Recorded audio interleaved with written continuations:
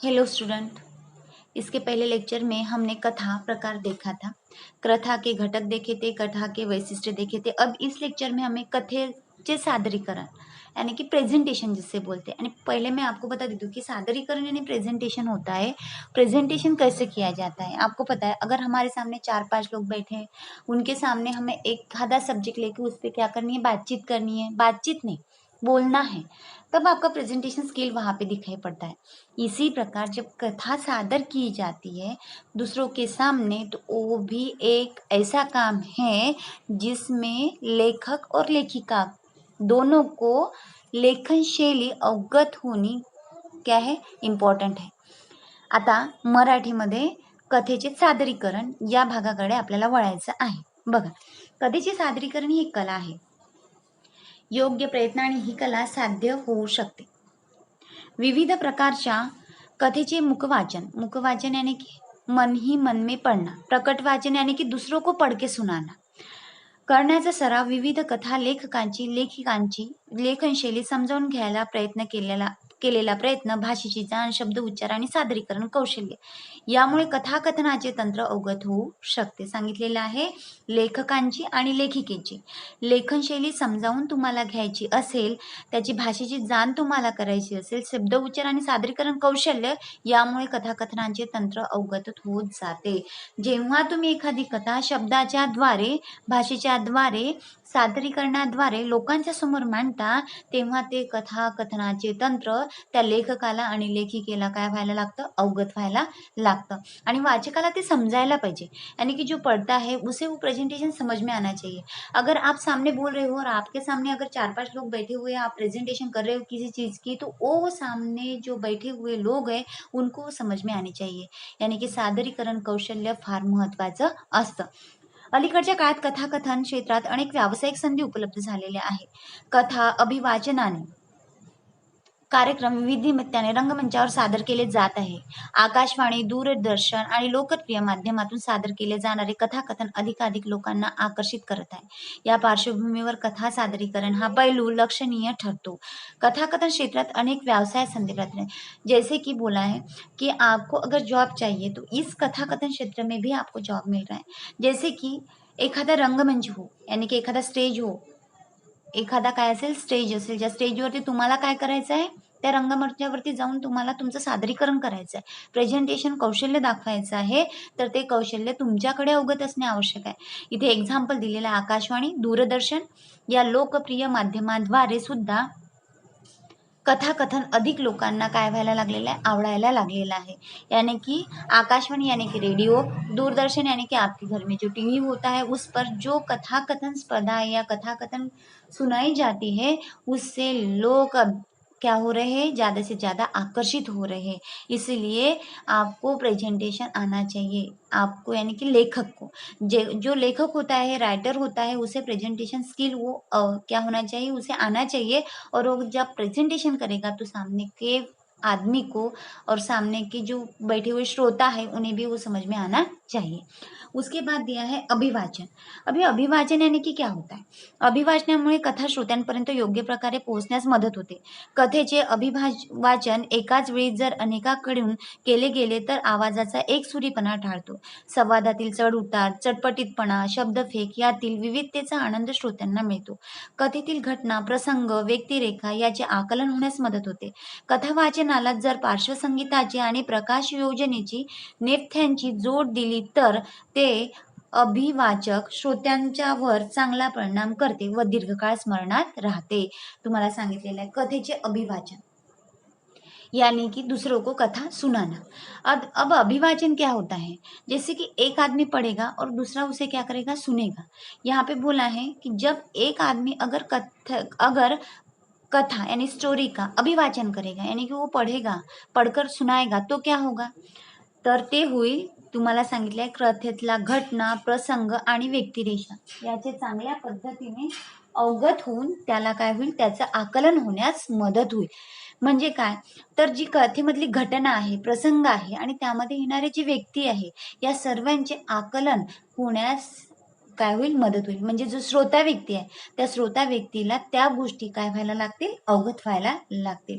यानी कि जब एखादा स्टूडेंट या एखादा आदमी जब कथा का अभिवाचन करेगा तो जो आगे बैठे हुए उसके सामने जो श्रोता होंगे उनको वो कथा अच्छे से समझ में आएंगी। और वहां पे बोला गया, देखो क्या बोला गया, पार्श्व संगीत, प्रकाश योजना आणि नेपथ्यांची जोड। जैसे कि आपने देखा होगा कि एखादी जो जिसे हम बोलते हैं कि सीरियल चालू होते हैं, सीरियल में क्या क्या होता है, पात्र अपने काम करते हैं, पात्र बोलते भी हैं, लेकिन उसके लिए लाइट की जरूरत होती है और उसके लिए संगीत की जरूरत होती है, जैसे बीच बीच में संगीत भी सुनाई देता देता है। त्याच प्रकारे तुम्हाला म्हटलेलं आहे की कथा जेव्हा अभिवाचक वाचन करत आहे त्यावेळेला संगीताची जोड असायला पाहिजे, कुठेतरी मध्ये थोडंसं संगीत असायला पाहिजे, प्रकाशाची योजना असायला पाहिजे, लाईट असणे गरजेचं आहे।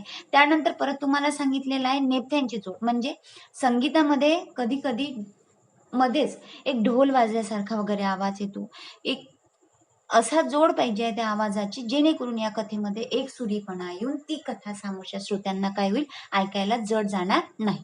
त्यानंतर तुम्हाला दिलेलं आहे कथाकथन। कथाकथन करणाऱ्या व्यक्तीला भाषेच्या ज्ञानाबरोबर वाचिकीय अभिनयाची ही थोडी जोड द्यावी लागते, त्यामुळे कथाकथन उठावदार होते। कथाकथन करणाऱ्याला शब्दांच्या माध्यमातून पात्रांना जिवंत करायचे असते। कथाकथन करणाऱ्या व्यक्तीला कथा सादर करावयाची असल्याने कोणतीही लिखित मजकूर हातात नसतो। श्रोत्यांशी संवाद साधत त्याला प्रतिसाद घेत लेखकांच्या मूळ संहितेला धक्का न लावता पण परिणामकारक रीतीने ती श्रोत्यांपर्यंत पोहोचवण्याची असते। कथेची निवड करणे फार महत्त्वाचे तितके जबाबदारीचे काम असते। कथा सादरीकरणाचा कालावधी व श्रोत्यांचा अवधान काळ यांचे भान कथा सादरीकरणात ठेवावे लागते। कथा ही संवादातून खुलत असल्याने शब्दफेक, प्रभावी उच्चारण, स्पष्टता आणि शब्दांचा गर्भितार्थ श्रोत्यांपर्यंत थेट पोहोचवणे हे एकाच वेळी कौशल्यपूर्ण पण आव्हानात्मक काम असते।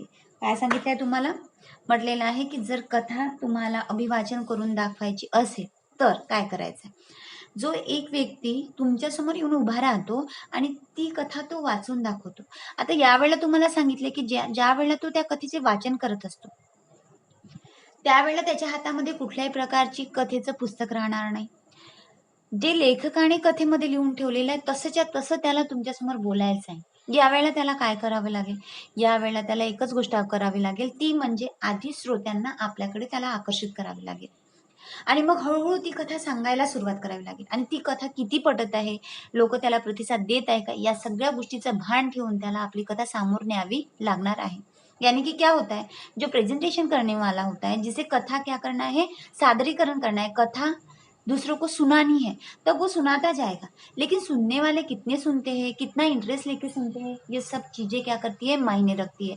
इसलिए कथा सुनने वाले उस पर क्या अपना प्रतिसाद देते हैं, यानी कि क्या अपना रिएक्शन देते हैं, ये भी क्या है, इम्पॉर्टंट है। म्हणजे काय, कथेची निवड करायची आहे ती जबाबदारी सुद्धा महत्वाची आहे। सपोज आप एक एक क्या करते हो, एक कथा आपके पास लेते हो, सुन लेते हो, समझ लेते हो, बाद में वो दूसरों को बताते हो, यानी कि वो कथा भी कथे को चुनना भी इम्पॉर्टंट होता है। यानी की कथेची निवड करणे सुद्धा फार महत्वाचे आणि जबाबदारीचे आहे। त्यानंतर कथेचा कालावधी किती राहील, यानी कि कथा कितने वक्त में आपको वो सुनानी पड़नी है, सुनानी है, ये भी इम्पॉर्टंट है। श्रोत्यांचा अवधान, काळ आणि भान। श्रोता म्हणजे काय, आपल्यासमोर ऐकणारे जी व्यक्ती बसलेले आहे त्यांचं तुमच्यावरती लक्ष आहे का, त्यांचं तुमच्याकडे भान आहे का, या सगळ्या गोष्टी तुम्हाला लक्षात घेऊन नंतरच ती कथा समोर समोर काय करायची आहे, तुम्हाला ऐकवत न्यायची आहे। या पद्धतीने तुम्हाला कथन आणि अभिवाचन या दोन गोष्टी दिलेल्या आहे कथेच्या सादरीकरणामध्ये, यानी कि प्रेजेंटेशन स्किल में आपको अभिवाचन यानी कि दूसरों को कथा सुनाना और कथा कथन, जो आप कथा सुना रहे हो उसकी चॉइस आप कैसे करोगे, कैसे बोलोगे, जो आपके सामने जो श्रोता बैठे हैं उनको ये कथा कहानी अच्छी लग रही है क्या, ये सब आपको क्या करना है, देखना है। उसके बाद इसका लास्ट पैराग्राफ आपका दिया है समारोप में, यानी कि इस लेसन का एंडिंग है। देखिए क्या बोला है, मौखिक परंपरेपासून सुरू असलेल्या कथाचा प्रभाव आजही सक्षमपणे खळता राहिलेला पाहिजे. आजही मनोरंजन आणि नित्य नूतन अनुभव देण्याची कथेची क्षमता टिकून आहे. कालानुरूप कथेचे विषय, आशय आणि अभिव्यक्ती बदलत गेली, परंतु समाजाशी व संस्कृतीशी बाधित राहिल्याने लोकप्रिय राहिली. वाचकांना कथा वाचनाचा आनंद साप्ताहिके, मासिके, दिवाळी अंकापासून व सामाजिक संपर्क माध्यमे या सर्व माध्यमातून मिळतो. भाषा सौंदर्य, आशय सौंदर्य, अभिव्यक्ती विशेष, सादरीकरण, मनोरंजन व बोध या विशेषणामुळे कथा आजही लोकप्रिय झालेली आहे. सांगितले मौखिक परंपरेतून सुरू झालेला हा प्रकार आहे. मौखिक परंपरा म्हणजे काय, तर तोंडाने ती कथा सांगणे. आधी ती कथा मौखिक स्वरूपात होती.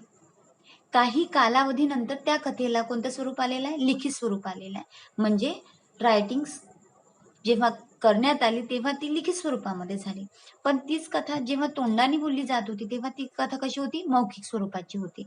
म्हणून म्हटलेले आहे की कथेमध्ये भाषा सौंदर्य, आशय सौंदर्य, अभिव्यक्ती, कशाची कथेची भाषा कशी आहे, कथेमध्ये आशय सौंदर्य, आशय काय दडलेला आहे, की कथेचा मेन पॉइंट काय आहे, उद्देश काय आणि अभिव्यक्ती तुम्हाला सांगितले.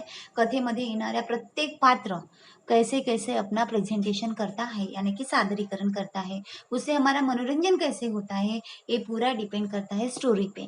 आपकी स्टोरी कैसी है, आपकी कहाणी कैसी है, ये इस पे डिपेंड करता है. या प्रकारे तुम्हाला कथेचे सादरीकरण समारोप दिलेला आहे, ज्यातून तुम्हाला समजायला जड जाणार नाही. या पद्धतीने तुमच्या कथेचा जो आपला भाग होता तो आज संपलेला आहे. यानंतर कथेचा तुम्हाला स्वाध्याय दिलेला आहे, जो तुमच्या कृतीमध्ये मोडतो, जे तुम्हाला चॅट दिलेले आहे. कथेचे घटक आपण शिकलेलो आहोत ते इथे लिहायचे, कथेचे वैशिष्ट्य आपण शिकलेलो आहोत ते इथे लिहायचे आहे, आणि कथेची लोकप्रियतेची कारणे कोणती आहेत ते इथे लिहायचे. आणि कथेच्या सादरीकरणात भाषिक कौशल्य तुमच्या पुस्तकामध्ये जे मी शिकवलेलं आहे आतापर्यंत त्यामध्ये हे सर्व गोष्टी नमूद केलेल्या आहे, दिलेल्या आहे. त्या पाहूनच तुम्हाला इथे त्या फिलअप करायच्या आहे.